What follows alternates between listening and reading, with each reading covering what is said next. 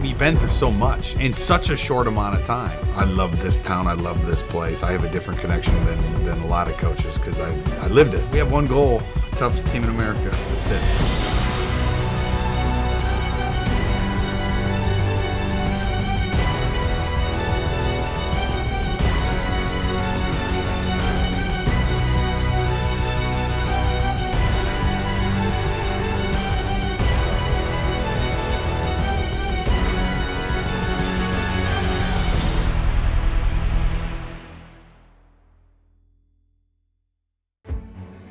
It's exciting, you know. Anytime you can get an ACC team to come in here and for our town to host, you know what I mean? We've hosted Michigan State, we've hosted big schools, and it's fun to kind of show off a little bit. I don't think people really understand how great of a thing we have, you know, until they come here. Syracuse is a great football team, and we're playing in our home stadium. We always expect to win games at home, so it'd be great for the program.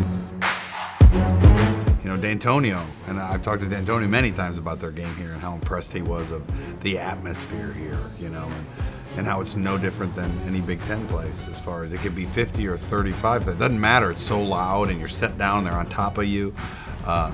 It's fun to show that off. This is going to be the first time that, in a long time, that school is actually going to be in session before Labor Day.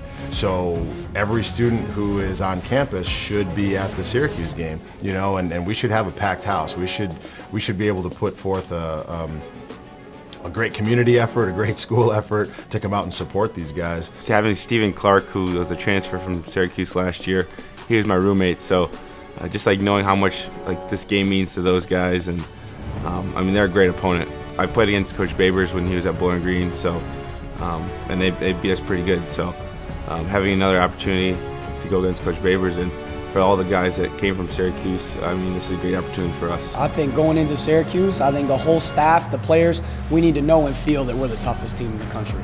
I think everybody arms locked needs to say, hey, this is the identity that we've trained for, this is the work that we've put in, this is how we have developed our culture. Everything surrounding this year has been about toughness. It's got to be on display, because it doesn't mean we can talk about it all we want.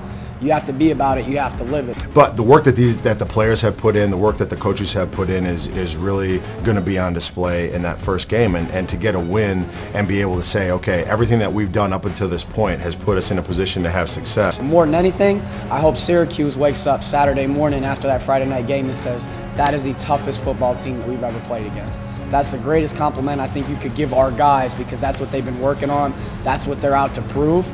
And I think no better way to do it than set the tone right from that first game. And, you know, everybody go and walk off the field and say, hey, that toughness we built for, we got to show it for real on game day. All right, we have one goal: toughest team in America. That's it. No numbers, nothing. We need to be a little bit tougher mentally.